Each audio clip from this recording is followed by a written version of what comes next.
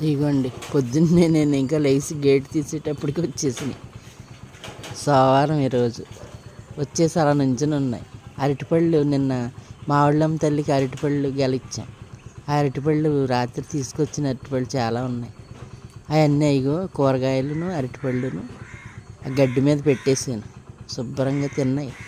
ఇంకా ఈ చిన్నవాడు ఇలా ఎలా చూస్తుందో నన్ను గేట్ తీయమని గేట్ తీసేయమంటుంది.